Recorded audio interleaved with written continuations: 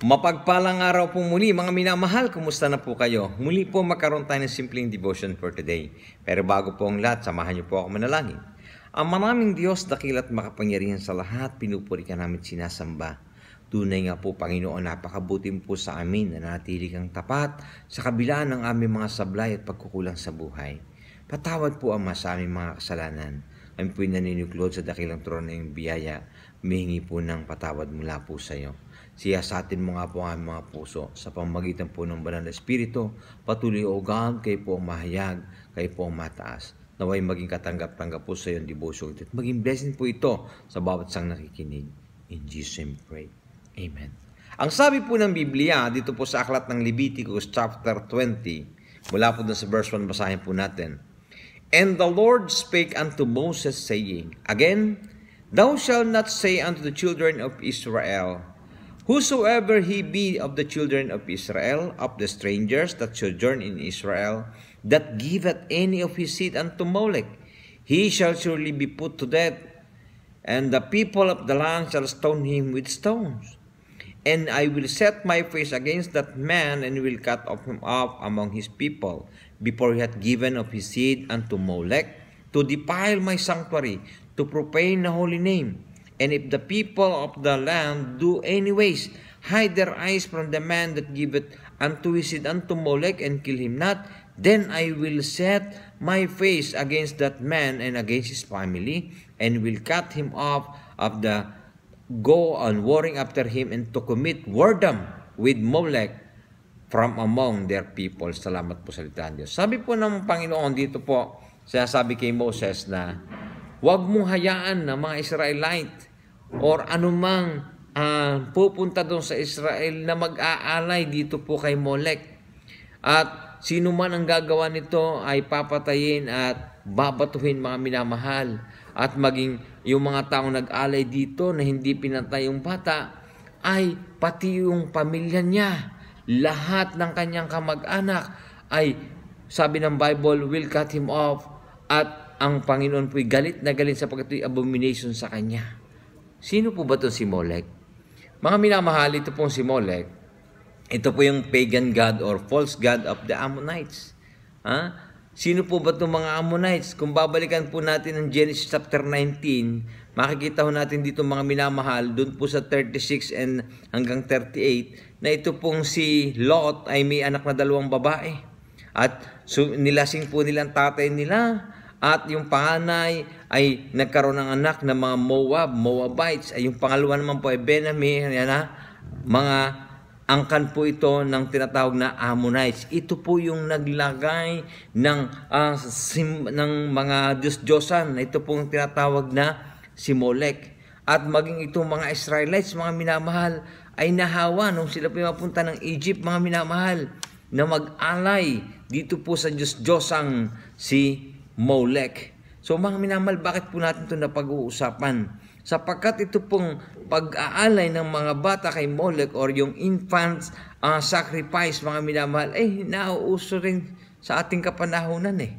Kaya kung makikita natin dito, ano ba yung mga iniaalay kay Molech? Ayun yan, nabanggit natin nung nakaraan yung LGBTQ. Yan ay sumusuporta ng pag-aalay din kay Molech sa Diyos-Diyosan, mga minamahal. At yung mga bata na biktima ng human trafficking, yung mga ginagamit kung saan-saang pagninegosyo, mga minamahal, parang ini-offer kay Molech at higit sa lahat. Ito pong abortion, mga minamahal, na tunay na nag-aalay ng mga bata dito kay Molech.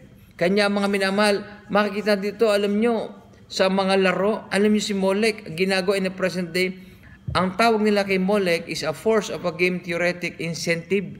Nagiging incentive to within a competitive system na sasacrifice ng and more values in order to win. Ang sabi nga ay the destruction of wider of ecosystem, the God as unhealthy competition.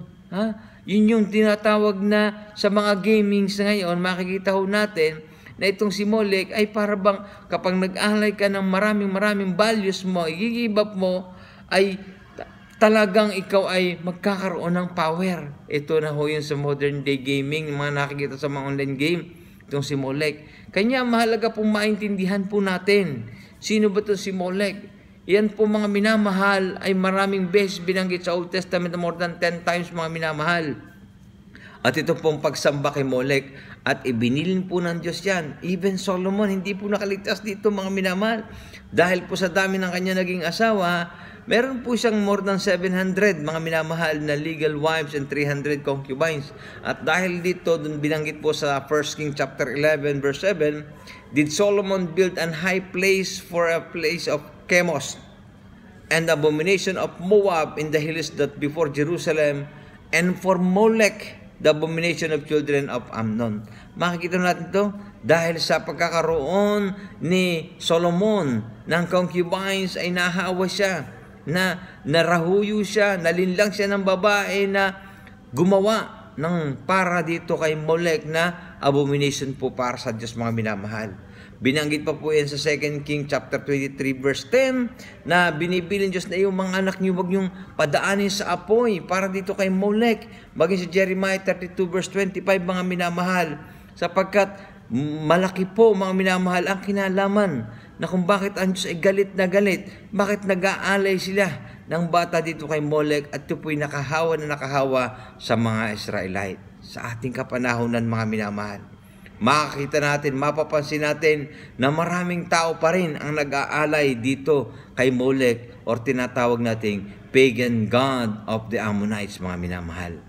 Na makikita ho natin, alam nyo, ang malungkot na istorya ng katotohanan, ito hong batas ng mga Soji Bill na ito ay sumusuporta sa mga nagpapa-abort. Alam nyo ba mga minamahal?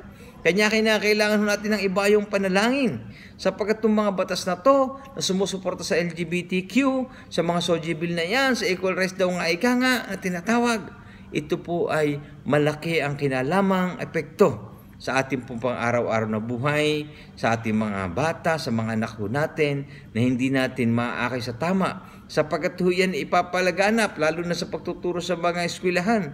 Ipapaturo ho yan mga minamahal pag naging batas na yan. Ano ang ating kinabukasan? Na mga tao ay magiging bukas na ang isip at magiging tanggap na ang mga bagay na iniaalay dito kay Molech in the modern day. Kanya mga minamahal, ito'y karumal-dumal sa Diyos. At hindi po natin narapat gawin, sapagkat makikita ho natin dito na kanya nga umulan ng apoy ng Sodom at Gomorrah dahil nagalit ho ang Diyos sa kasamaan ng tao sa mga kabadingang ito. Ay maaari mga minamahal sa ating kapanahunan ngayon na ginagamit pa rin na modern day Molech, yung pagsambad sa mga Diyos-Diyosang ito na ginagawa, yung mga sa Amerika ho, sa totoo lang, ay talagang legal ho yung abortion. As ibang bansa pa ho, itong mga fetus na to ay ginagawang delicacy na pagkain na exotic food na mahal po sa kanila sa ibang mga bansa. Kanya mga minamahal, ito'y marapat na dapat maunawaan at matutunan po natin. At tayo po ay patuloy na manalangin sa bawat isa. Panalangin po natin na sana itong mga batas na ganito na sumusuporta upang tuluyang may sa batas itong mga bagay na ito ay huwag nating hayaan. We should pray for one another, and we should pray din po sa ating bansa mga minamahal.